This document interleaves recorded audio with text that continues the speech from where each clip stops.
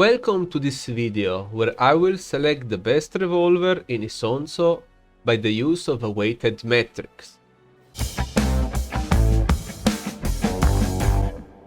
Weighted matrix is a systematic decision-making technique where we evaluate possible choices or things by selected parameters and their importance, which we will address as weights.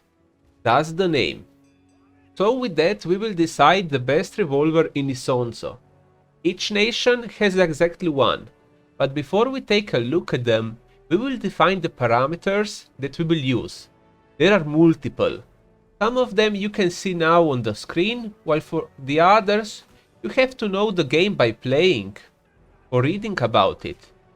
There is also the option to make our own metrics that are most often than not just a product or ratio of two existing ones. For now, we will decide what matters mostly to the revolver experience. Rate of fire, stopping power are important, as is the reload speed. But as the reload speed does not tell us the whole story, that's why we will introduce a specific metric used instead. It will be called reload time per bullet, where we just divide the reload time with the amount of bullets. Now our additional knowledge comes into play, as the Austro-Hungarian revolver has 8 bullets, while the others do have the usual 6. Now that we have all of our parameters, we have to organize them by priority. We can start this either at the lower end or higher end of the spectrum. For this demonstration, I will start at the highest priority. To me, that is rate of fire, as if you miss or you need to kill multiple people, this metric and your skill will decide whether you succeed or not. As we have 3 metrics, the weight of the most important one is 3.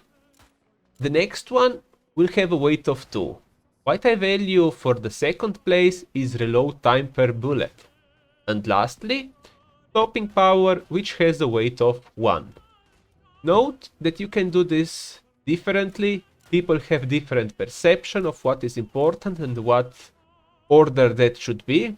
This here is based on my own experience. Now we will start evaluating each revolver for each metric. Well, for reload time per bullet, we need to calculate the actual value.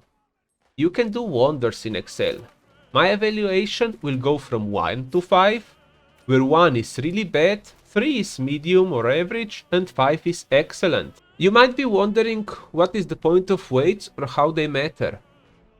As we said, rate of fire has the highest priority.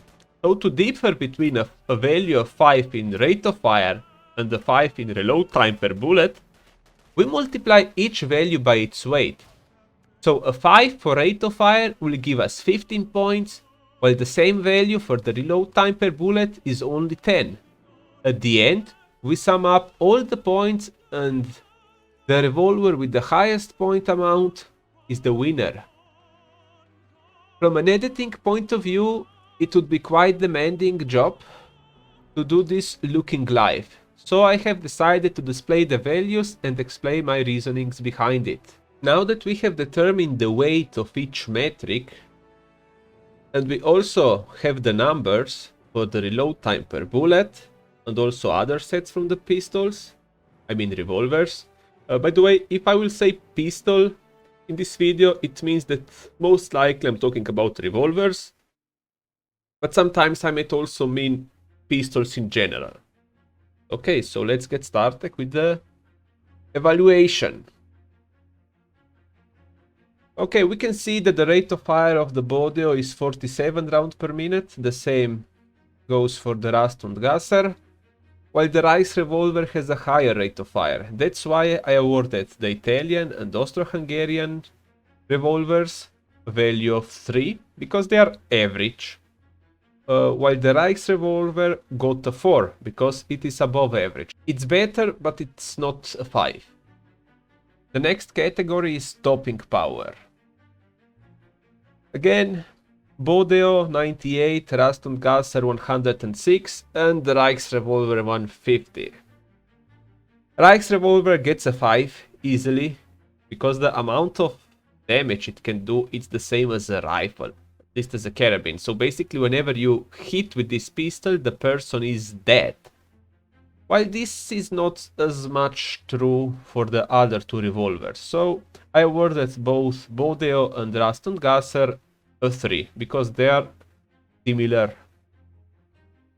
And lastly we have reload time per bullet.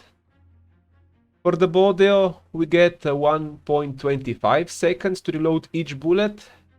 The Gasser gets a 0.95, which is better, and again the revolver is even better at 0.18666 to the infinite.